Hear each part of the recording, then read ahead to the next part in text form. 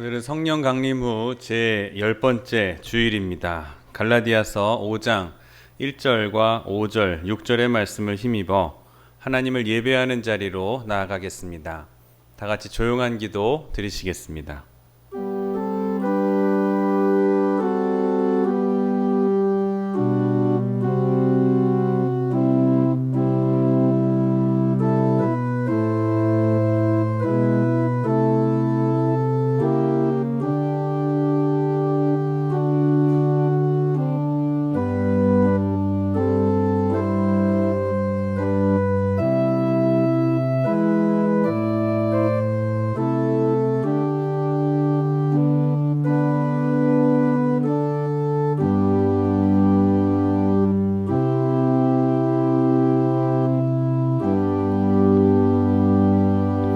그리스도께서 우리를 자유롭게 하려고 자유를 주셨으니 그러므로 굳건하게 서서 다시는 종의 멍에를 매지 말라.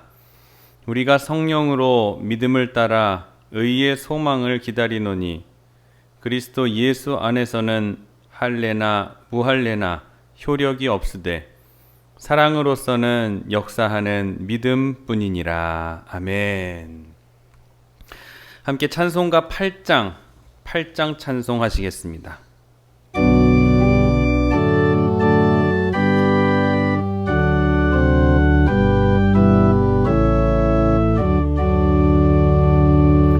거룩 거룩 거룩 전능하신 주님, 이른 아침 우리 주를 찬송합니다. 거룩 거룩 거룩 자비하신 주님, 성삼위일체 우리 주로다. 거룩 거룩 거룩 주의 보좌 앞에 모든 성도 면류관을 벗어드리네. 전군 천사 모두 주께 굴복하니 영원히 위에 계신 주로다. 거룩 거룩 거룩 주의 빛난 영광, 모든 죄인 눈 어두워 볼 수 없도다. 거룩하신 이가 주님밖에 없네. 온전히 전능하신 주로다. 거룩 거룩 거룩 전능하신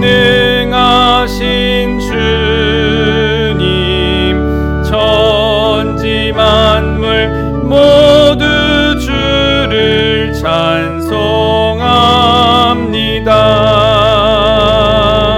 거룩 거룩 거룩 전능하신 주님,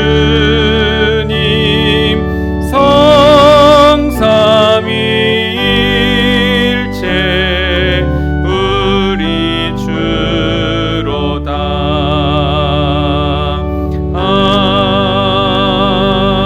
아멘. 함께 우리의 입술로 우리의 죄를 하나님 앞에 겸손히 고백하겠습니다.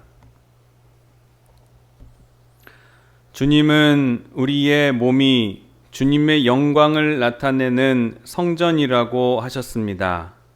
그런데 우리는 몸을 성전되지 못하게 살았습니다.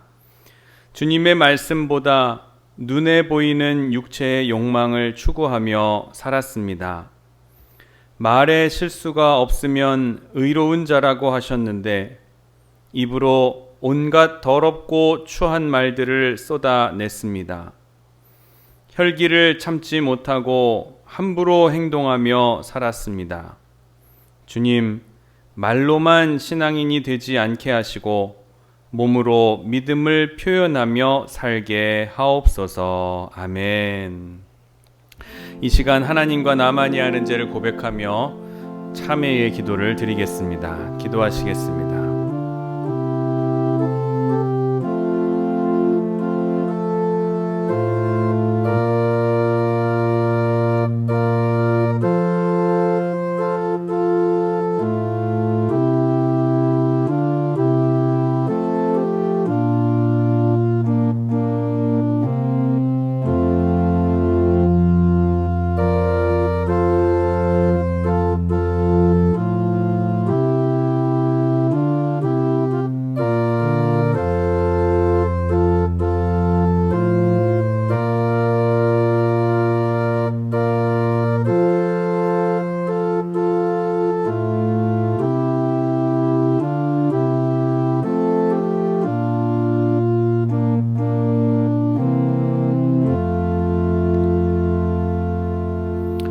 죄의 고백과 더불어 네 가지의 기도 제목을 가지고 함께 기도하겠습니다. 하나, 비록 영상으로 드리는 이 예배에 우리의 몸과 정성을 다해서 드릴 수 있는 귀한 예배가 되게 하여 주옵소서. 거룩한 산제사로 드려지는 귀한 예배가 되기를 원합니다. 주여 받아 주옵소서.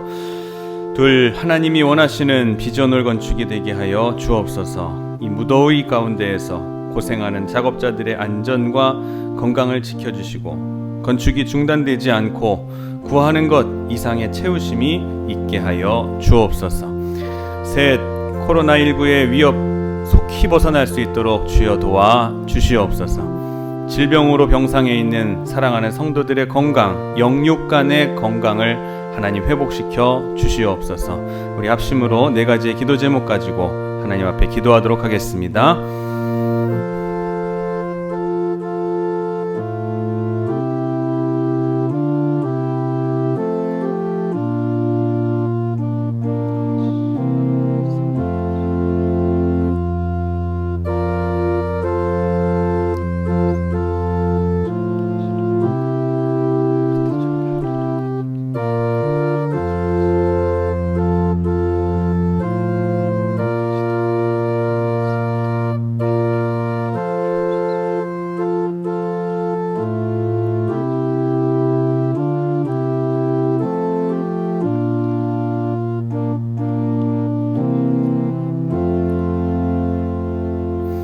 죄를 회개하고 주님을 본받아 살기를 다짐하는 이들에게 주시는 주님의 용서의 말씀은 마가복음 10장 44절에서 45절 말씀입니다.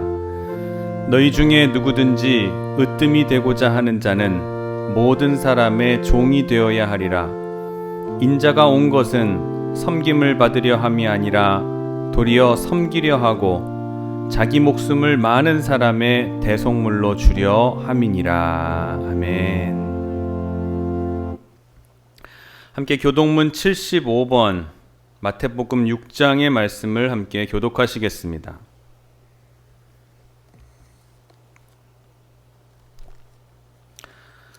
그러므로 내가 너희에게 이르노니 목숨을 위하여 무엇을 먹을까 무엇을 마실까 몸을 위하여 무엇을 입을까 염려하지 말라.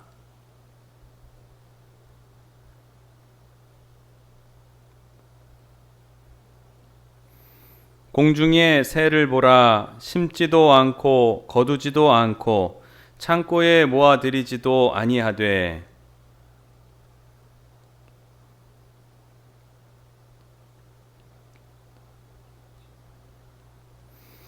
너희 중에 누가 염려함으로 그 키를 한 자라도 더할 수 있겠느냐?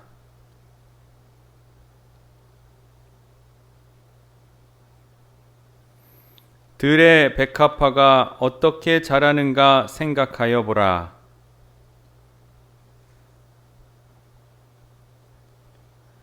그러므로 염려하여 이르기를 무엇을 먹을까, 무엇을 마실까, 무엇을 입을까 하지 말라.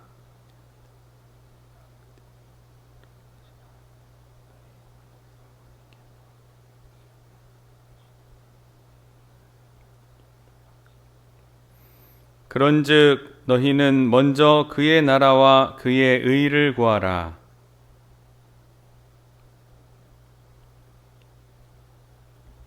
아멘. 사도신경으로 우리의 신앙을 고백하겠습니다.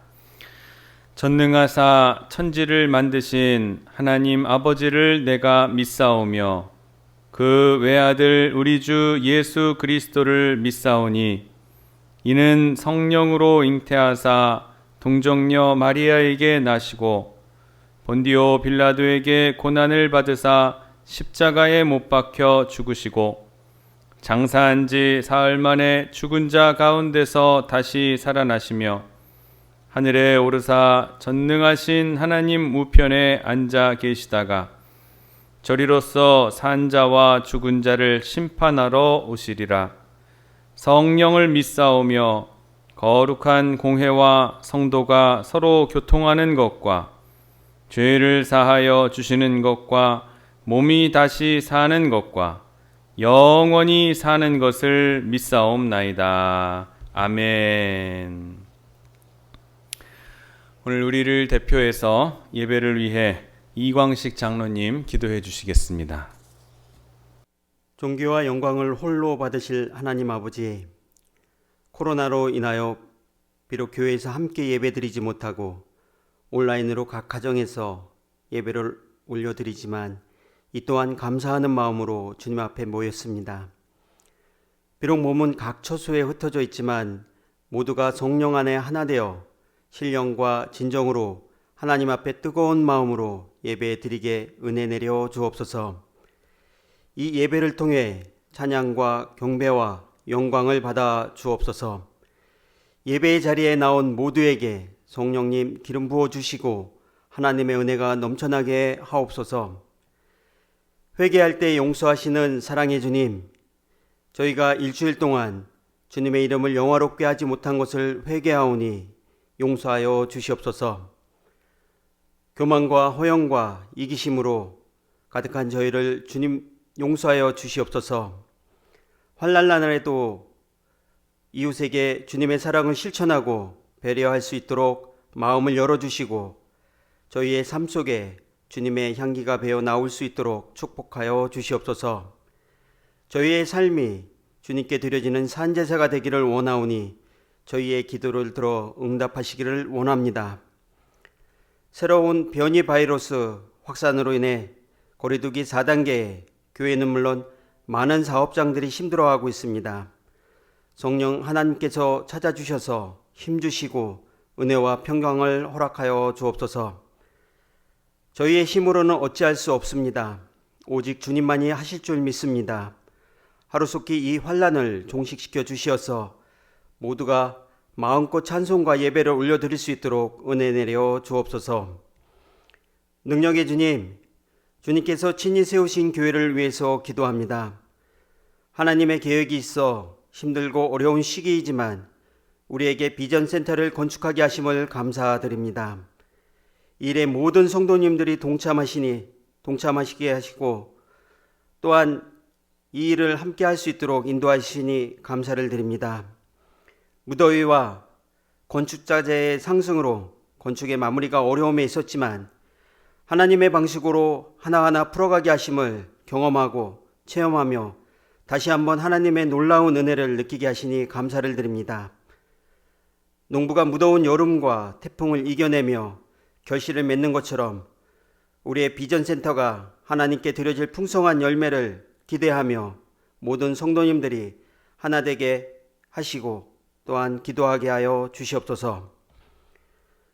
교회의 마음과 뜻과 정성을 다하는 주님께 예배하는 주의 백성들이 넘쳐나게 하시고 오직 주님만 바라보며 순종하는 믿음의 교회가 되게 하여 주옵소서.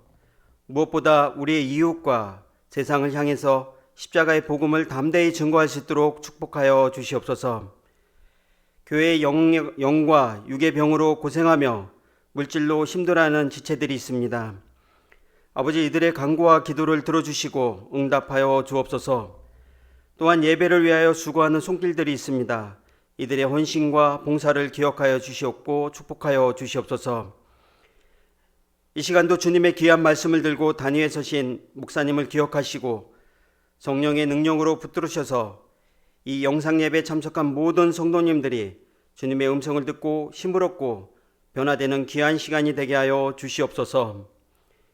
이 자리에 주님 앞에 예배드리기 위해 겸손히 머리 숙인 저희들, 주님의 뜻을 받들어 섬기기에 부족함이 없도록 역사해 주실 줄 믿사옵고 예배의 시종을 주님께 의탁하오며 거룩하신 예수님의 이름으로 기도드립니다. 아멘.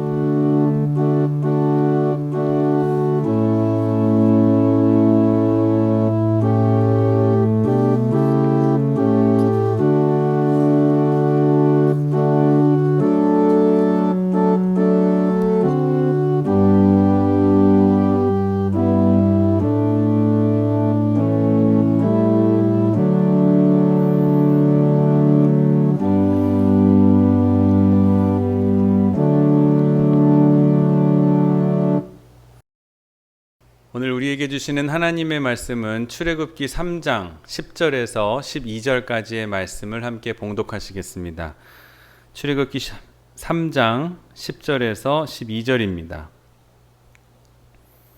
봉독하겠습니다. 이제 내가 너를 바로에게 보내어 너에게 내 백성 이스라엘 자손을 애굽에서 인도하여 내게 하리라. 모세가 하나님께 아뢰되 내가 누구이기에 바로에게 가며 이스라엘 자손을 애굽에서 인도하여 내리이까. 하나님이 이르시되 내가 반드시 너와 함께 있으리라. 내가 그 백성을 애굽에서 인도하여 낸 후에 너희가 이 산에서 하나님을 섬기리니 이것이 내가 너를 보낸 증거니라. 아멘.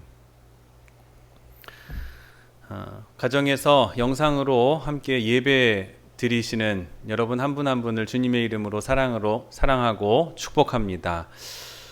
오늘 출애굽기 3장 10절에서 12절까지의 본문을 가지고 내가 누구입니까? 내가 누구입니까? 라는 제목으로 하나님의 말씀 증거하도록 하겠습니다. 말씀을 통해서 깊은 은혜를 체험하고 경험하는 시간이 되시기를 주님의 이름으로 축원합니다. 우리나라에서는 조금 독특한 호칭 문화가 있는 것 같습니다. 중년의 남성을 부르는 호칭인데요.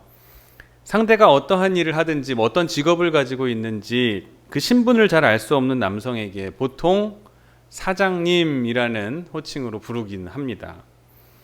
아저씨라고 또 저기요라고 부르는 사람들도 있지만 초면에 그렇게 부르면 신뢰가 된다고 생각하기에 조금 높여서 부르자라는 의미를 담고 있는 것 같습니다. 저도 가전제품 같은 것을 좋아하기에 가전제품 매장을 둘러보는 곳에서 구경을 하다가 제품에 대한 설명을 듣던 중에 종종 사장님 이 호칭을 듣고는 합니다. 근데 저는 그런 사장님이라는 호칭으로 저를 불러줄 때마다 나는 누구인가 라는 생각을 잠깐 하게 되는 것 같습니다. 나는 목사인데 언제쯤 그들이 저를 목사라고 불러줄 수 있을까 하는 생각을 잠시 해보게 되는 것입니다. 여러분은 자신을 누구라고 생각하십니까? 어느 칼럼니스트가 당대의 저명한 석학에게 물어보았습니다. 현대인을 무엇라고 특정 지을 수 있겠습니까? 하는 질문에 그 석학이 이런 대답을 내놓았습니다. 현대인은 우주에 대해서 많이 알고 있습니다. 세상에 대해서 많이 알고 있고 앞으로는 더 많은 것을 알아가게 될 것입니다.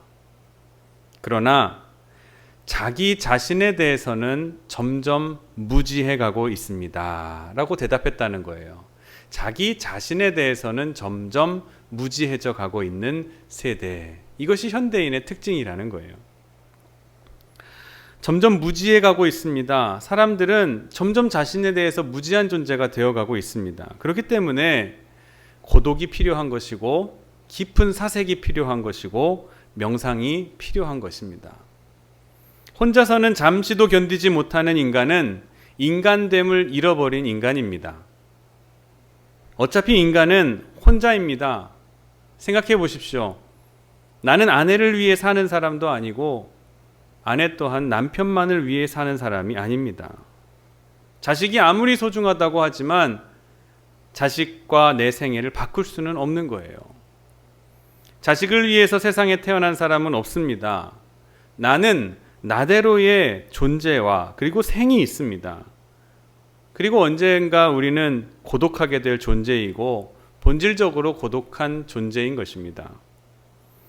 그러므로 우리는 이 고독을 다스릴 줄도 알아야 되고 또 고독을 한편으로 즐길 줄도 알아야 됩니다. 스스로 조용하게 명상할 줄도 알아야 되고 내 존재에 대한 의미를 생각할 줄도 알아야 됩니다. 그래서 저는 오늘 본문 말씀을 여러분 오늘 말씀을 함께 들으시면서 나는 과연 누구인가 하는 생애 질문을 스스로에게 던져보시기를 원합니다. 그럼으로써 오늘 한번 깊이 묵상을 시작해 보시는 그러한 계기로 삼는 말씀이 되시기를 간절히 원합니다. 우리는 그저 무엇인가 바삐 이끌려서 살아갑니다.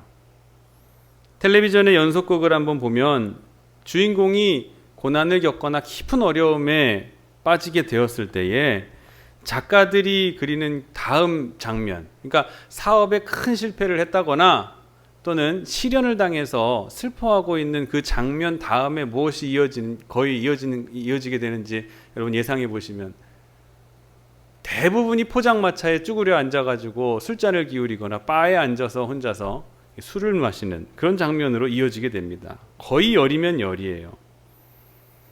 왜 조용히 앉아서 생각하는, 그럼 사색하는 고독한 장면으로 인간을 그리지는 못하는 것일까 하는 그런 생각을 하게 될 때가 많이 있습니다. 그렇게 하면 아무래도 극적 효과는 떨어지게 되겠죠. 재미가 없어서 그럴까요? 여기에 문제가 있는 것입니다. 그래서 하나님께서는 우리에게 자기 정체 그리고 자기 존재를 생각할 수 있도록 부득불 우리의 인생 속에 비상조치를 내리시는 거예요. 꼭 우리에게 필요한 비상정지 버튼을 탁 누르시는 것 같습니다. 우리는 때때로 사업에 실패합니다.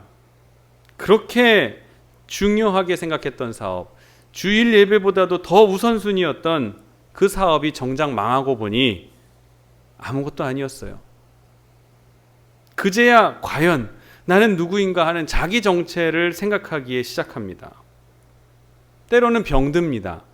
병이 들어요. 바쁘게 이리저리 쫓기면서 살다가 덜커덕 병을 얻어 입원을 하게 될 때 입원실에 누워서 그제야 생각합니다. 난생 처음으로 나는 누구인가.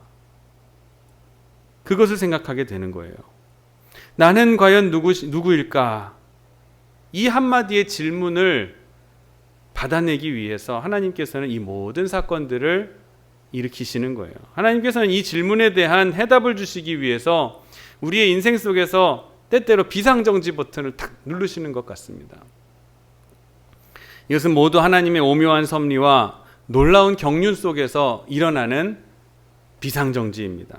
잊지 말아야 돼요. 하나님께서는 자기 정체를 잃어버려가는 무지몽매한 인간들을 깨우쳐서 자기의 본질로 돌아갈 수 있게 하기 위해서 나 자신에게 스스로 누구냐, 나는 누구냐 스스로 묻고 깊이 생각하도록 경륜하시고 계시다는 거예요.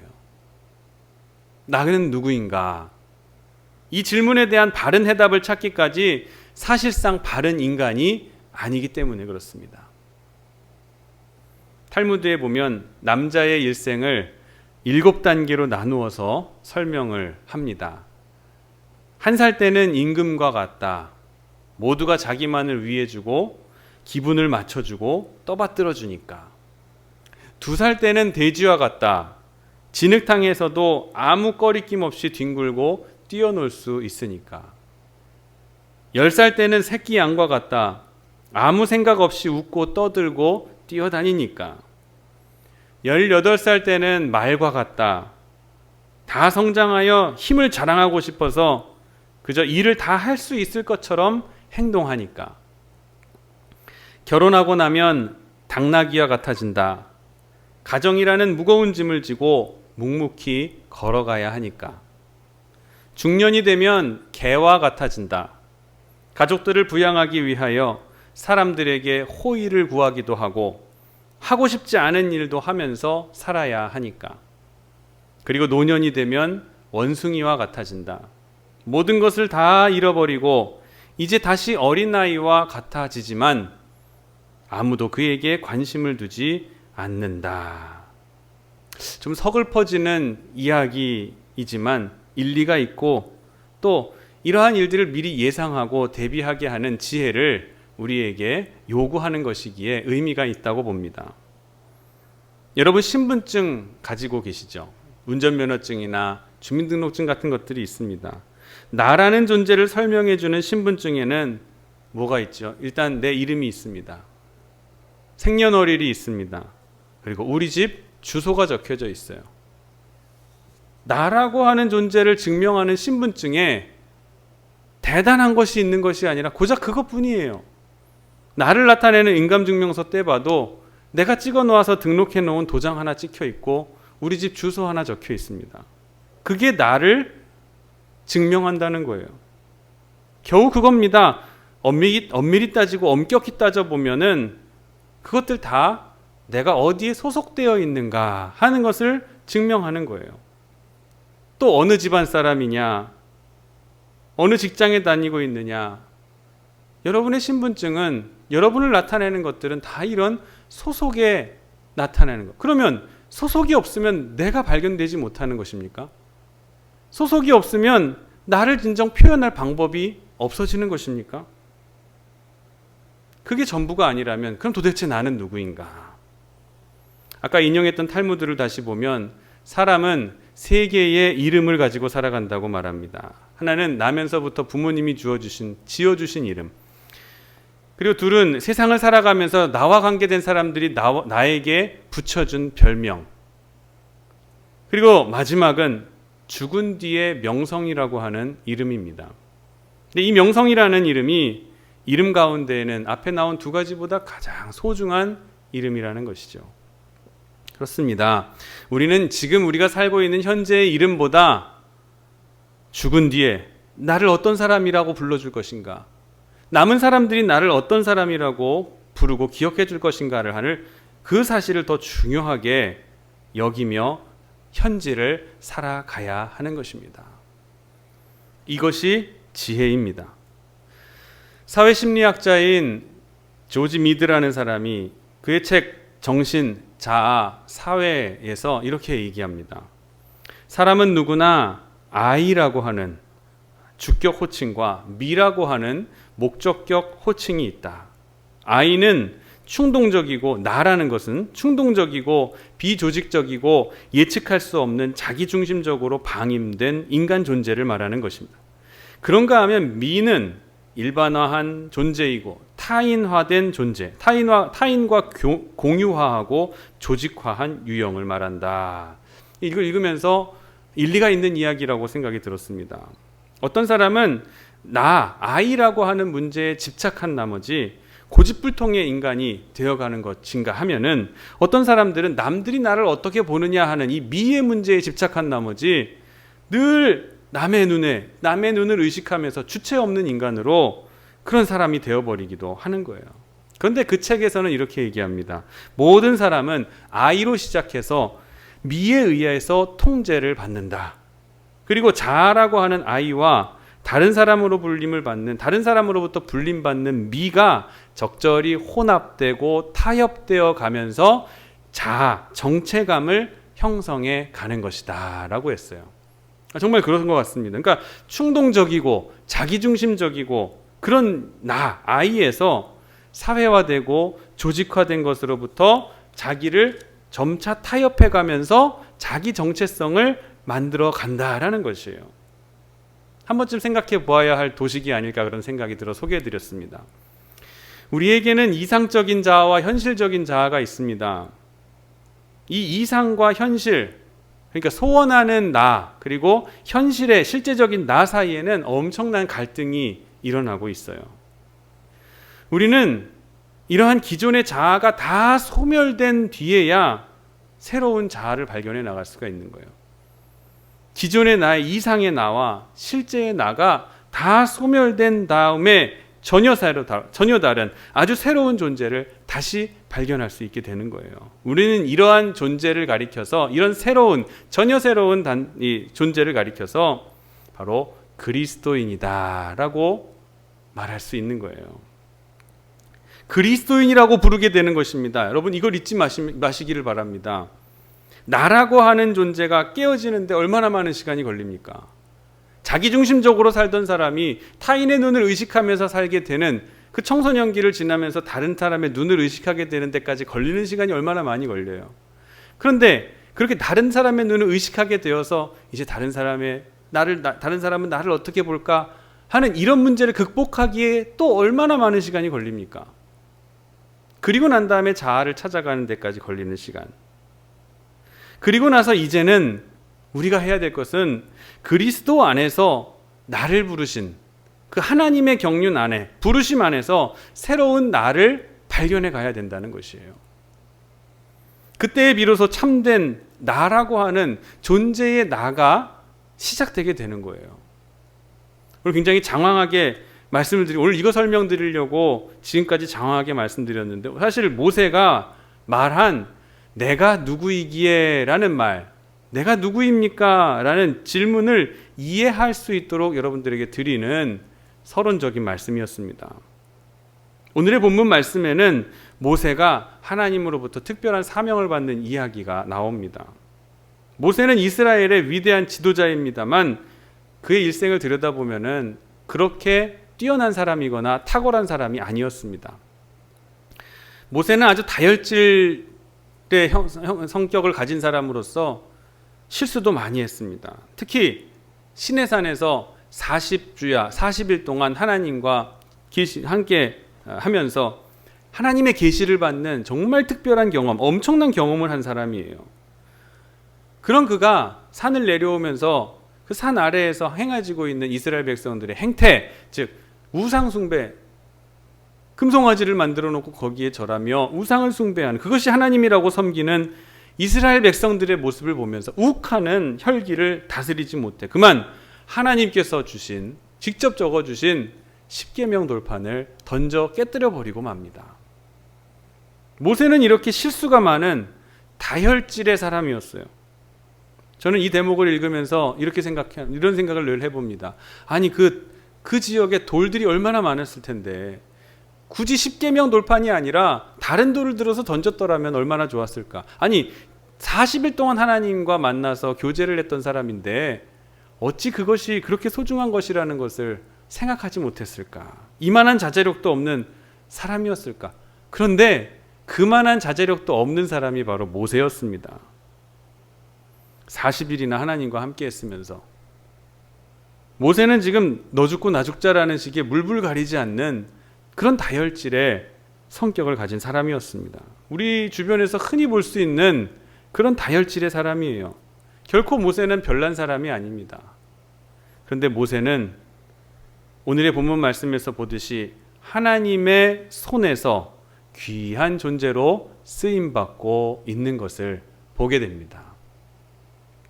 본문 말씀을 보십시오. 모세가 양떼를 이끌고 호렙산에 이르게 됐을 때에 떨기나무에서 하나님의 음성이 들려옵니다. 그 음성에 진실하게 대답합니다. 하나님께서 모세에게 이스라엘 백성들의 출애굽을 맡기시는 순간 모세의 입에서 튀어나온 말이 바로 11절 말씀입니다. 함께 읽겠습니다. 모세가 하나님께 아뢰되 내가 누구이기에 바로에게 가며 이스라엘 자손을 애굽에서 인도하여 내리이까. 하나님 앞에서 자기 자신을 있는 그대로 고백하고 있는 거예요. 모세는 바로의 궁전에서 40년을 지냈습니다. 바로는 애굽의 람세스 2세예요. 모세는 그의 밑에서 당대의 최고의 교육을 받으면서 최고의 영광을 누리면서 자라게 됩니다. 하나님의 특별하신 은혜로 모세는 자기 친어머니에 의해서 젖을 먹고 친어머니에게 지금 말로 말하면 유아교육과 종교교육 그리고 민족적 정체성의 교육을 받고 자라게 됩니다. 엘리트 의식을 가진 다혈질적인 사람으로서 성장하게 되는 거예요. 그러던 어느 날 모세는 이스라엘 백성들의 고역과 또 어떤 애굽 사람들이 이스라엘 사람들을 학대하는 것을 보고 참지 못해 그냥 애굽 사람을 때려 죽이고 맙니다. 근데 그는 이런 민족적 의분을 가지고 이런 일을 했으면서도 그것을 당당하게 내세우지 못하고 미디안 광야로 도망가 은둔 생활에 빠지게 됩니다. 애굽에서 왕자같이 살던 사람이 이제는 장렬하는 태양볕 아래에서 양의 뒤치다꺼리나 하면서 냄새나는 그 뒤치다꺼리 하면서 양을 돌보는 그 모진 고생을 무려 40년 동안이나 합니다. 그것도 자기 양이 아닌 자기 처가의 양을 40년 동안 처가살이 하면서 돌보게 됩니다. 이제 모세의 나이 80세입니다. 더는 자기 존재도 없고 민족 의식도 없습니다. 내가 사라져버린 모세의 현실이에요. 지금 모습이에요. 꿈도 환상도 아무것도 없습니다. 실패와 좌절밖에 없는 사람이 바로 모세였어요. 그간에 너무나 많은 실패를 경험했기 때문에 이제는 낼 만한 용기도 없고 의지도 없습니다. 그런데 바로 그때 하나님께서는 40년 만에 모세를 찾아오시는 거예요. 하나님께서 그를 부르십니다. 하나님께서 찾아오신 이때가 굉장히 중요한 순간이에요. 모세가 뭘 할 수 있을 거라고 생각했을 때 찾아오시는 것이 아니라 아무것도 할 수 있는 것이 없고 나도 잊어버린 나라는 존재를 잃어버린 그 순간에 하나님께서 모세에게 찾아오셨다는 거예요. 저는 야구 중계를 가끔 봅니다. 야구 경기가 짧게는 2시간 반에서 한 4시간 정도 걸쳐 진행되기 때문에 시작부터 끝까지 다 보는 것은 참 어렵습니다. 중간중간에 틀어놓고선 중계를 지나가면서 듣고는 합니다. 근데 언젠가 자주 이런 얘기가 나와요. 해설자가 해설을 하는 것을 듣습니다. 지금 무슨 팀 지금 연패의 기억을 빨리 지워야 할 텐데요. 오늘 경기에만 집중해야 될 텐데 어제 패했던 것이 어제 패배가 많이 아쉬웠던 것 같습니다. 그래서 오늘 경기에 이 선수들이 소극적으로 하는 것이 너무 안타깝습니다. 어떤 스포츠도 마찬가지인 것 같아요. 권투 경기에서도 마찬가지입니다. 일단 시합에 들어갔으면 과거에 내가 실패했던 것이나 승리했던 경험들, 나빴던 기억, 좋았던 기억 다 잊어버리고 오직 그 시합에만 집중해야 되는 것이에요. 권투 선수가 링에 올라가서 며칠 전에 두들겨 맞고 KO 당했던 패했던 그 경험을 떠올린다면 그는 지금 시합에서 당당한 시합을 할 수가 없을 거예요. 위축될 수밖에 없는 거예요. 또 맞으면 또 쓰러지면 어쩌나. 과거에 매여 있는 사람, 실패의 쓰라린 경험에 매여 있는 사람은 결코 추진력을 얻을 수가 없는 것입니다.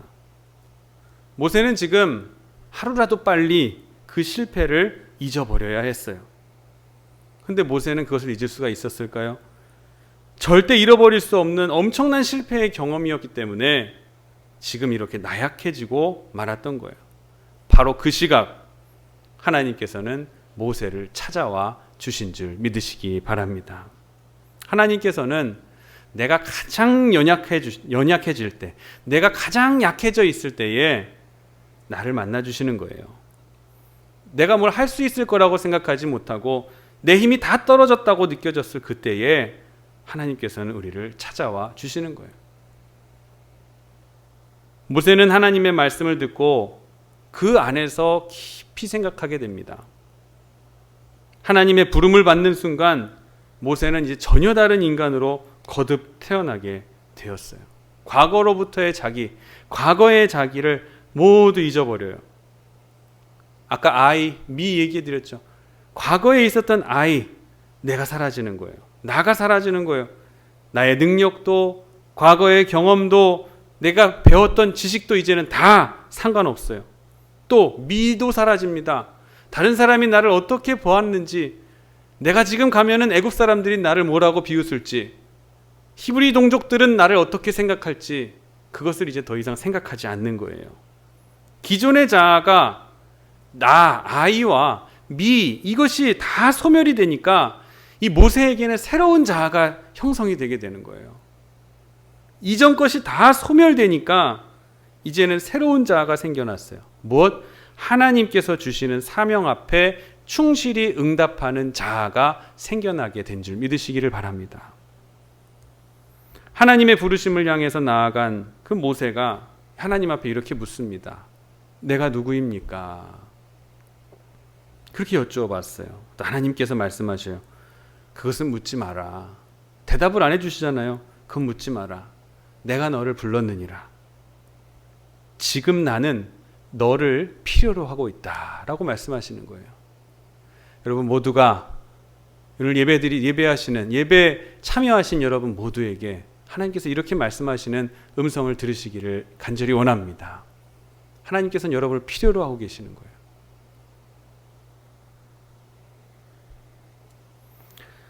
그 순간 모세는 지금 커다란 사명 안에서 자신의 지난 날을 돌아보게 됩니다. 하나님의 부르신 그 부르심 안에서 자기의 과거를 돌아보아요.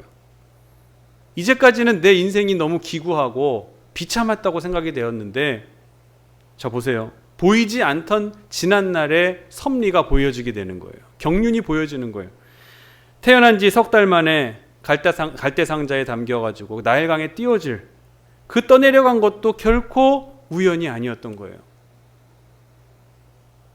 바로의 궁전에 살면서 애굽의 선진 지식들을 습득할 수 있었던 것, 애굽의 문물을 습득할 수 있었던 기회를 가졌던 것도 결코 우연이 아니었던 거예요. 이것은 모두 하나님의 놀라우신 섭리와 경륜 가운데 있었던 예비하심이었던 거예요. 하나님께서 모세를 이스라엘의 지도자로 양성하시고자 했던 시간이었고 사건이었습니다.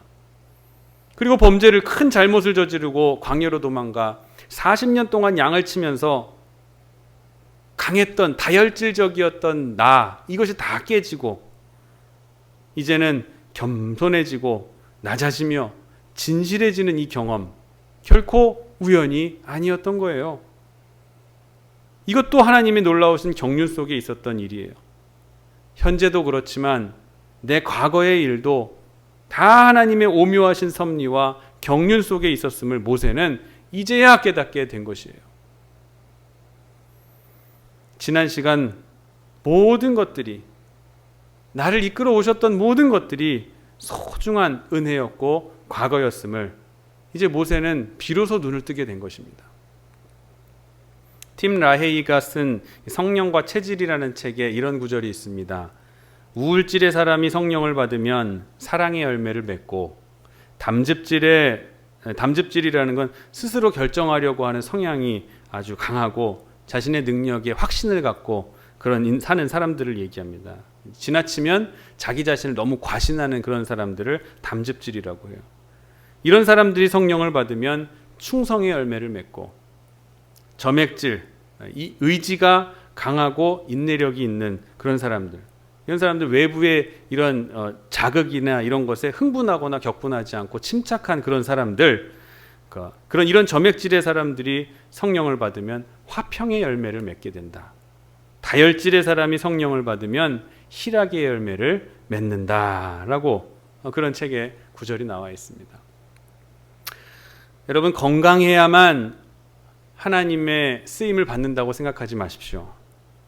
하나님께서는 병든 당신을 향해서도 하나님 사역에 사용하실 수 있도록 쓰임받도록 하십니다. 돈이 있어야 하나님의 일을 하는 것도 결코 아닙니다. 없으면 없는 대로 우리는 하나님의 일을 누구나 할 수 있습니다. 키가 커야 되는 것도 아니고 또 작아야 되는 것도 아닙니다. 내가 가진 현실 이대로, 이 과거 그대로가 다 하나님의 손에 있었던 소중한 의미를 가진 사건들이었음을 기억하면 되는 거예요. 이것이 바로 소명받은 사람의 자의식이라는 것을 꼭 잊지 마시기를 바랍니다. 폐결핵을 앓았던 사람이 있습니다. 3번이나 수술을 받고 무려 10년 동안 이 병에 대해 투병 생활을 했어요. 마침내 병을 극복한 이 사람이 다른 사람을 향해서 무엇을 할까 저것을 할까 고민할 겨를이 없었어요. 이 망설일 필요가 없어요. 왜냐하면 내가 병을 앓는 중에 내게 굳어진 생각 하나가 있었는데 나와 같은 사람, 이 질병을 앓고 있는 다른 사람들을 위해서 일해야 되겠다라는 그런 생각을 가지게 된 거예요. 지금도 그분은 폐결핵 환자가 중환자들을 위로하고 그들에게 복음을 전하면서 살고 계십니다. 지남쌤이라는 이름으로 활동하는 집사님, 여자 집사님이 계셔요. 이대 나와서 능력 있는 남편과 함께 미국에서 사업에 아주 크게 성공해서 부유하고 넉넉한 삶을 누리다가 내가 고향에서도 이 고국 땅에서도 성공할 수 있겠다라는 자신감에 모든 것을 다 정리하고 한국으로 돌아와 사업을 시작했는데 그만 정말 폭삭 망하고 말았어요. 크게 실패하고 말았어요. 지금은 하나님의 은혜로 모든 것이 회복되어서 좋아져 있지만 정말 당시에는 자녀들을 먹이지 못해서 온 가족이 함께 굶는 날이 다반사였다는 거예요. 요즘 같은 시대에 굶는 가정이 어디 있냐고 하지만 실제로 어려움을 당하는 가정들은 진짜 굶는다는 거예요. 근데 이 함께 굶었던 많은 날들을 기억하면서 내가 지금의 이때를 잊지 않고 전국에 지금은 고아원의 아이들에게 맛있는 것들을 먹을거리를 돌보는 그런 사역을 감당하고 있어요.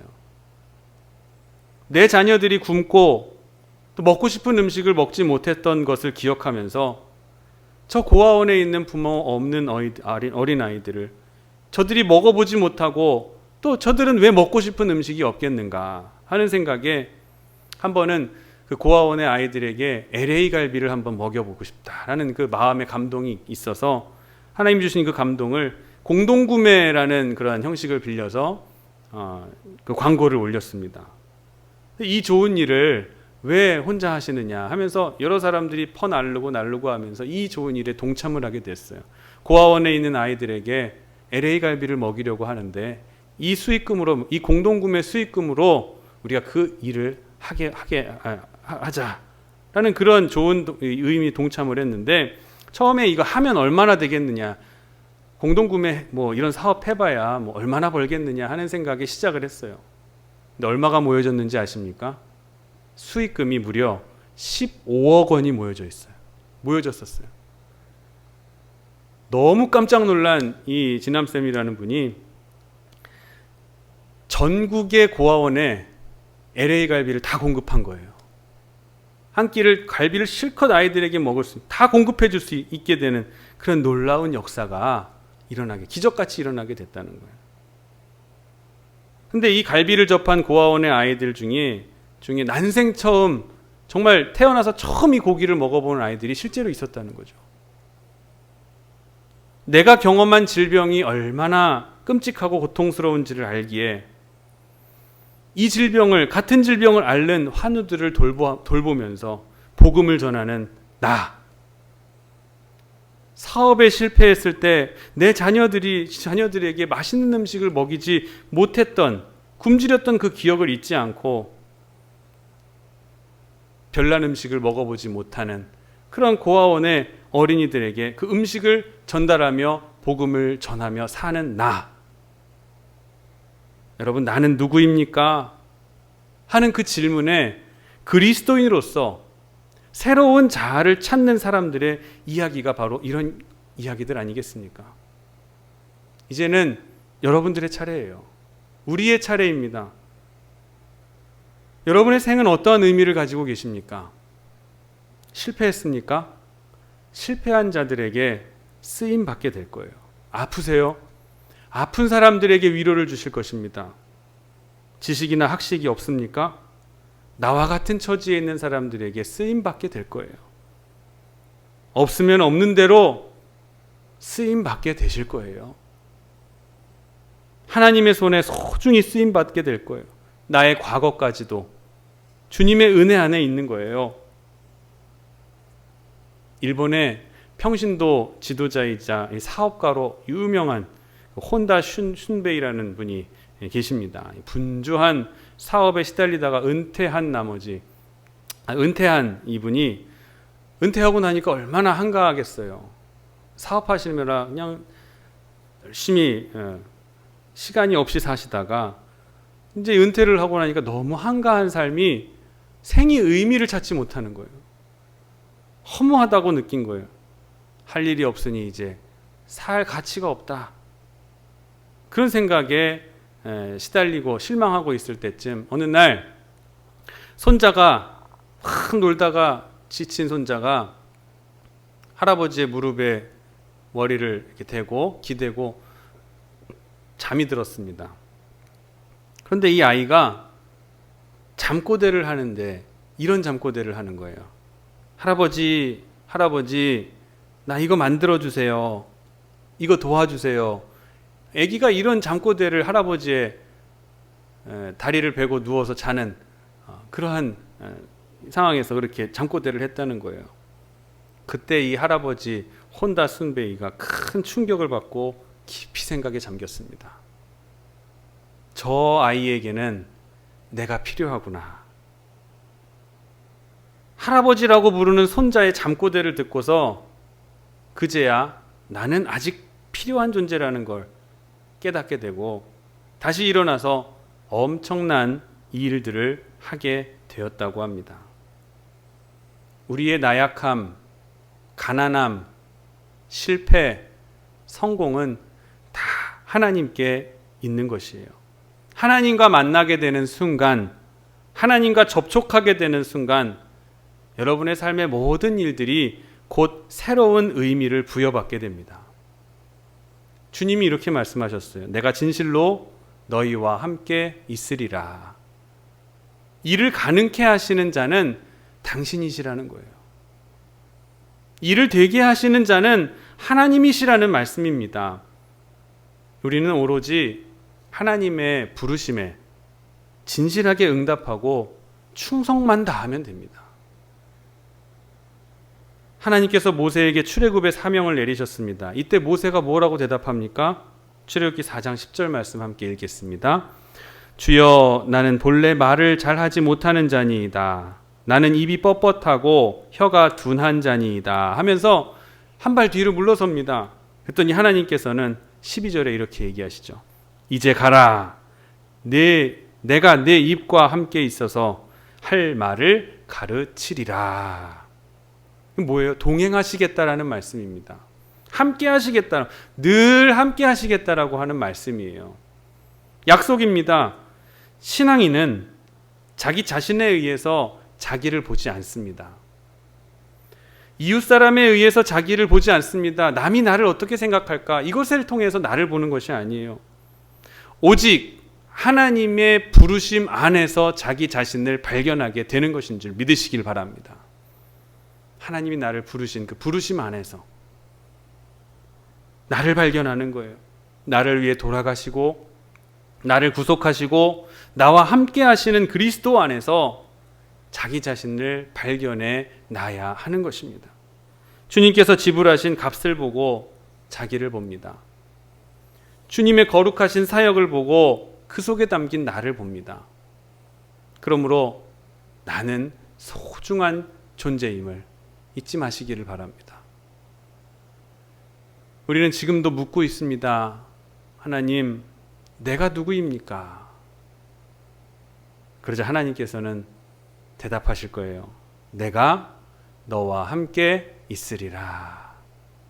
우리와 늘 함께 하시는 그 하나님 안에서 나의 나됨, 이 자아를 발견해 가실 수 있는 저와 여러분들 되시기를 주님의 이름으로 축원합니다. 기도하겠습니다. 사랑과 은혜가 풍성하신 하나님 아버지, 감사를 드립니다. 우리는 하나님의 부르심 안에서 존재하는 사람들임을 잊지 말게 하여 주시옵소서. 그러하기에 우리의 나약함, 가난함, 실패, 성공, 이 모두가 하나님의 섭리와 경륜 안에 있고, 이런 내가 하나님과 만나게 되는 순간 모든 일이 새로운 의미를 부여받아 이전의 일들이 우연이 아니었음을 깨닫게 하여 주시옵소서. 이제 우리는 오직 하나님의 부르심에 진실하게 응답하고 오직 바랄 것은 충성밖에 없음을 알게 하여 주시옵소서. 언제나 감사하고 언제나 순종하며 언제나 긍정하며 하나님의 사역을 동참해 갈 수 있는 저희 모든 성도들 되게 하여 주시옵소서. 언제나 우리와 동행하시고 늘 함께 하시는 우리 구주 예수 그리스도의 이름으로 간절히 기도하옵나이다. 아멘. 함께 봉헌 찬송 545장 찬송하겠습니다.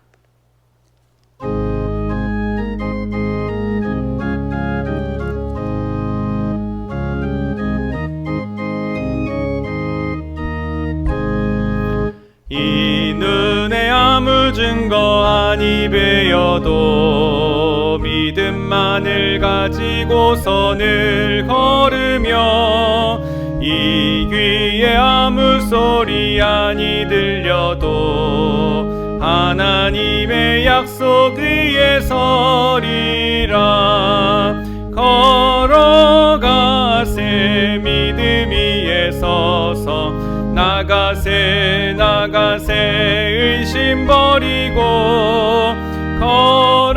걸어가세 믿음 위에 서서 눈과 귀에 아무 증거 없어도 이 눈이 보기에는 어떠하든지 이미 얻은 증거대로 늘 믿으며 이 맘에 의심 없이 살아갈 때에 우리 소원 주 안에서 이루리.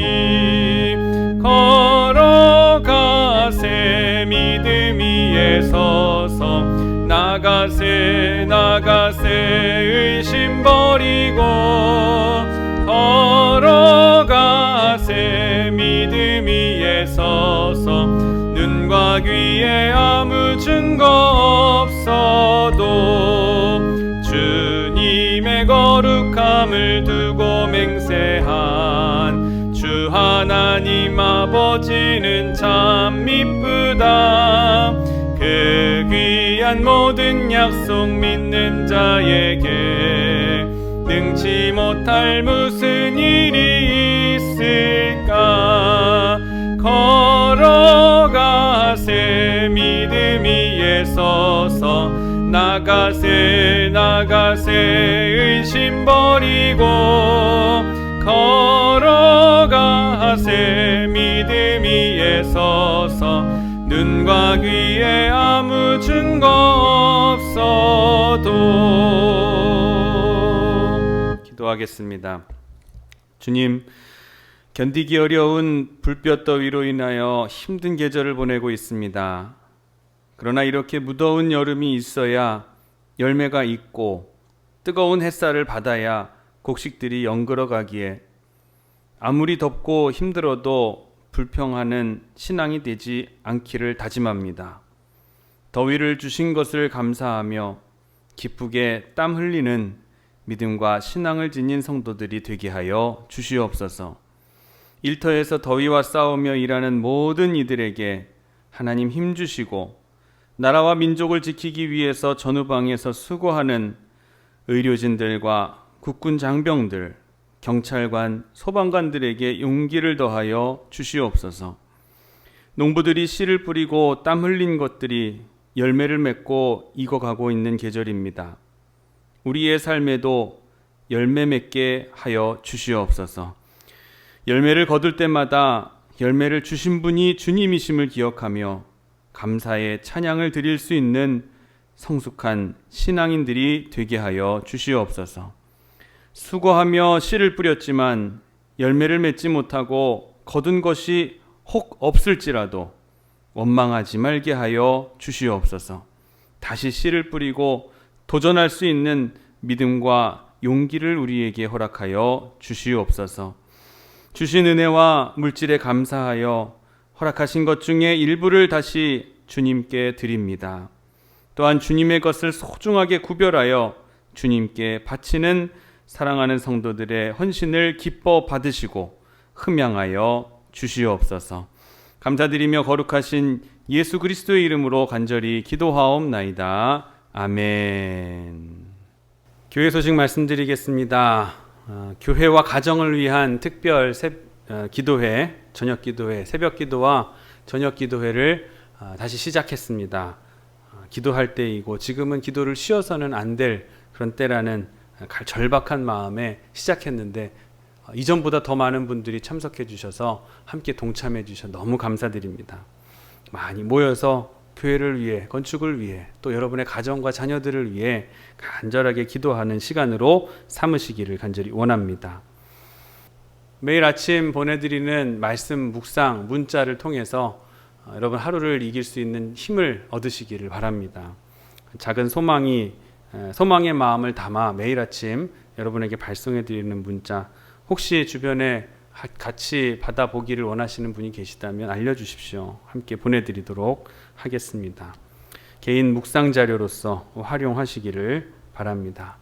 코로나19의 이 확산이 심상치 않습니다. 하지만 우리는 늘 기도하는 마음으로 다시 모이게 될 날을 분명히 오게 될 것을 기대하며 우리의 모이지 못한 이 아쉬움과 서운한 마음 주님께서 다 아신다라며 주님께 우리의 마음을 토로하며 다시금 모일 수 있는 시간을 기다리시는 여러분 되시기를 바랍니다. 낙심하지 말고 실망하지 말고 다시 모여 예배할 수 있는 그날이 빨리 오게 되기를 위해서 늘 함께 기도해 주시기를 바랍니다.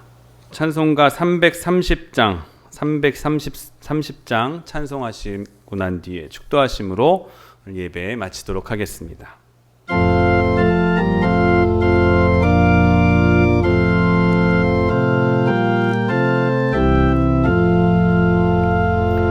어두운 밤 시되리니 내 직분 지켜서 잔이슬 맺힐 때에 일찍 일어나 해 돋는 아침부터 힘써서 일하라. 일할 수 없는 밤이 속히 오리라. 어두운 밤 시되리니 내 직분 지켜서 일할 때 일하면서 놀지 말아라. 낮에는 수고하나 쉴 때도 오겠네. 일할 수 없는 밤이 속히 오리라. 어두운 밤 시되리니 내 직분 지켜서 지는 해 빗긴 볕에 힘써 일하고 그 빛이 다하여서 어둡게 되어도 할 수만 있는 대로 힘써 일하라. 지금은 보혈을 흘려 교회를 세우시고 친히 교회의 머리가 되시는 우리 구주 예수 그리스도의 은혜와 세상을 아름답게 창조하시고 모든 피조물이 다 구원받도록 이끌어주시는 하나님 아버지의 무한하신 사랑하심과 교회를 통하여 복음을 전하게 하시고 우리가 복음의 증인이 될 수 있게 깨우쳐 주시고 동행해 주시는 성령님의 감화, 감동, 역사, 내주, 충만, 교통, 인도하심이 내가 누구입니까를 묻는 우리에게 이제 가라, 내가 너와 함께 하리라고 확신을 주시는 하나님만을 의지하고 하나님의 섭리와 경륜과 뜻에 모든 것을 신탁하기로 결단하고 돌아가는 사랑하는 성도들의 머리 위에와 하나님의 뜻을 받들어 세워가는 비전을 공사 현장 위에와 성도들이 경영하는 사업과 직장과 진로와 취직과 배우자와 주실 태의 열매를 위해 간절히 기도하는 성도들의 가정 가운데에 지금으로부터 영원토록 함께 하시기를 간절히 축원하옵나이다. 아멘.